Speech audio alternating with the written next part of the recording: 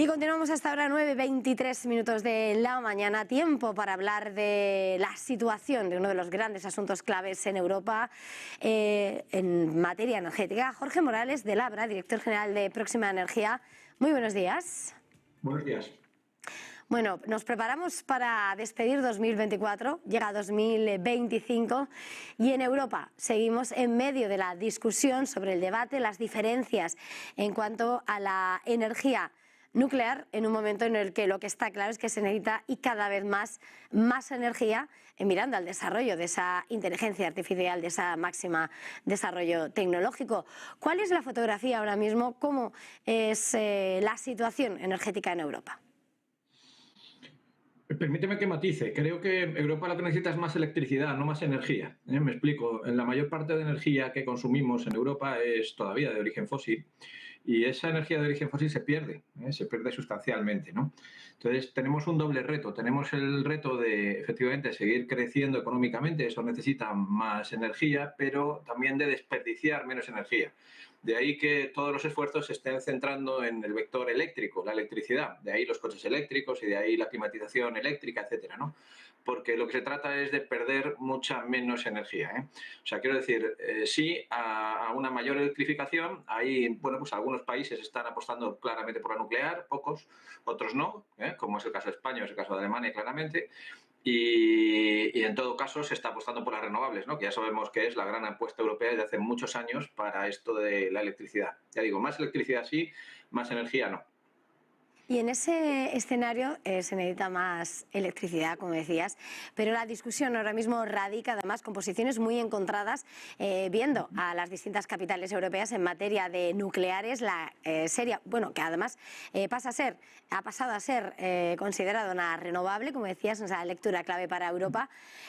Francia sí apuesta por ese desarrollo y Alemania o España entre los claros para erradicar ese tipo de energía nuclear y cuál es, por tanto, la fotografía hacia dónde avanza Europa.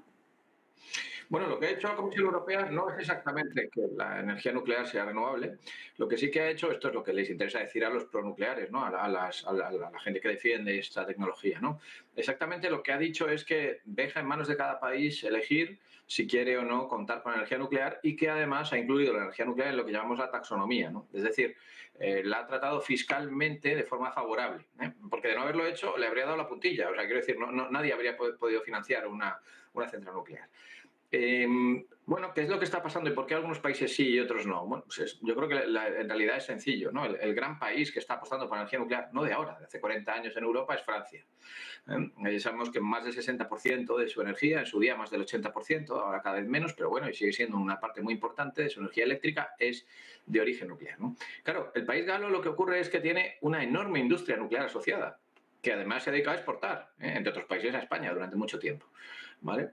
Por tanto, ya no es solo que dependa su sector energético de esa tecnología, sino que además tiene enormes intereses industriales de exportación tecnológica basados en esa tecnología, ¿no?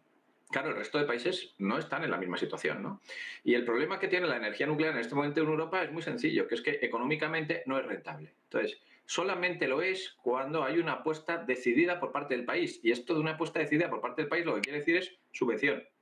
Hablemos con todas las letras. O sea, es decir, ahora mismo cada kilovatio hora de una central nuclear nueva, cuando sale, porque es que el problema es que te dicen que va a costar 2.000 millones y luego cuesta 4.000, te dicen que va a estar en 5 años y luego está en 15. O sea, es que ese es el problema también. O sea, es que los plazos de ejecución siempre se alargan enormemente, muchas veces se duplican o incluso se triplican, y los costes también se están duplicando o triplicando. Entonces, ya digo, sobre el papel, mucho antes de la construcción de la central, el problema es que la nuclear está ofreciendo precios por encima de los 100 euros megavatio hora para ser rentable, mientras que las renovables están claramente por debajo de 50. Entonces, claro, ¿qué ocurre? Incluso con baterías, o sea, es decir, renovables ya gestionables, que pueden producir en cualquier momento, no solamente cuando hace sol o hace viento, ya están por debajo de los 100, es decir, están por debajo de energía nuclear, ¿no? Entonces, lo que pasa aquí es eso, que son inversiones millonarias y solo con una subvención enorme por parte del Estado que esté dispuesto, ojo a lo que voy a decir, a garantizar a largo plazo un precio, lo cual choca frontalmente contra un diseño liberalizado de mercados, porque claro, si a uno de los actores le garantizas un precio a largo plazo, los demás también lo quieren. Y claro, los señores de las renovables también dicen, oiga, yo también me apunto a esto. ¿Eh? Y los que tienen centrales de gas también. Y esto, claro, esto rompe el mercado completamente. Entonces, claro, las nucleares están exigiendo eso. Primero, una apuesta a largo plazo del país garantizando un precio para poder hacer esas inversiones mil millonarias, ¿vale? Segundo, que los riesgos de retraso en la construcción de plantas y en los presupuestos, en que se disparen los presupuestos iniciales, los asuma el Estado, ¿vale? Cosa que es muy grave. Y tercero, más grave todavía, que la gestión posterior de residuos nucleares también los asuman los ciudadanos, es decir, lo asuma el Estado, ¿no? Entonces, que de esto se habla muy poquito. Entonces, claro, cuando tú sumas todas esas cosas, lo que ocurre es que viene una empresa privada y dice, yo, si el Estado, como es el caso de Francia, me dice, voy a apostar por nuclear y te voy a dar todas estas condiciones, claro que lo hago, porque no tengo prácticamente riesgo. Claro que lo hago. Pero, sin embargo, si no lo hago, que es lo que ocurre en el resto de Europa, pues claro, pues entonces dicen, entonces no me interesa invertir. O sea, en España se habla mucho y se habla mucho sobre el tema del cierre nuclear. El cierre nuclear no es porque el gobierno haya decidido cerrar nucleares, es porque las empresas eléctricas no quieren prorrogar las nucleares en las condiciones económicas que hay en este momento.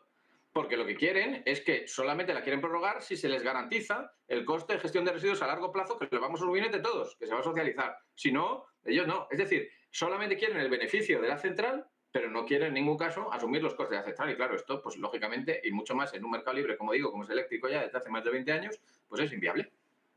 Mirando esa energía nuclear y más allá de lo que son las grandes centrales, en los últimos tiempos también hemos visto cómo está aflorando la demanda de mini reactores nucleares que van, de hecho, buscándolos a la medida, ¿no? Grandes compañías, hemos visto a grandes gigantes como Amazon buscando esos mini reactores. No sé hasta qué punto, en medio de lo que es la diferencia, ¿no? Y a la hora de no apostar por esa tecnología, ¿cree que tienen capacidad de aún así aumentar su presencia en estos países tan contrarios? Lo digo también a la hora de medir cuánto más rentable o no puede resultar a la hora de producir con respecto a lo que son las grandes centrales, o si siguen arrojando los mismos problemas. A ver, el problema de los mini reactores es que no los hemos visto todavía. O sea, quiero decir, eso nuevamente es una de las promesas que lleva, por cierto, más de 20 años el sector nuclear poniendo encima de la mesa, ¿no? Es verdad que hay algunos proyectos de investigación, es verdad que sobre todo en Estados Unidos hay algún proyecto más avanzado, pero vuelvo a lo mismo de antes. Se disparan los costes iniciales, o sea, los costes finales respecto de los previstos inicialmente y también los plazos de ejecución, ¿no? Entonces, bueno, lo de los mini reactores es una solución. Mini reactores, por supuesto, de fisión nuclear, es decir, de la tecnología que ya conocemos desde hace 40 años, ¿no? Pues parece que no, porque no parece que sean muy rentables. La mayor empresa del mundo dedicada a SMRs, a reactores pequeños, está prácticamente quebrada. Ahí está su evolución en bolsa en los últimos años, ¿no? Es decir, dudo mucho. Vamos a ver ahora lo que hace el señor Trump en Estados Unidos y si financia y subvenciona este tipo de tecnología. Si lo hace, tendrá alguna posibilidad de entrar en el mercado. Pero fíjese que es que el problema de los mini reactores es que no tienen las economías de escala que tienen los grandes reactores, que son esenciales. O sea, un reactor puede vender a 100 euros megavatio hora porque es una enorme inversión inicial de miles de millones de euros, pero luego genera muchísima energía. Claro, si eso encima lo haces más pequeño y además mantienes los riesgos y multiplicas el número de zonas potencialmente peligrosas, estamos viendo lo que está pasando en Ucrania, ¿no? Con la mayor central nuclear de Europa permanentemente bombardeada, ¿no? Y asediada en el frente de guerra entre los ucranianos y los rusos desde hace 3 años, ¿no? O sea, es decir, es un riesgo enorme tener centrales nucleares. ¿Qué pasa? Si encima hacemos un montón, entonces estamos multiplicando el riesgo, ¿no? Parece que, por tanto, que no tienen muchas ventajas desde el punto de vista económico, porque pierden la economía de escala y además multiplican los riesgos de seguridad, ¿no? Así que, ya digo, estamos expectantes en el mercado de que aparezca un SMR que sea capaz de competir en el mercado, pero todo apunta a que no va a ser posible. A que, ya digo, sigue sonando la música desde hace 20 años de lo que van a hacer, pero nunca viene ese reactor pequeño y que sea realmente competitivo.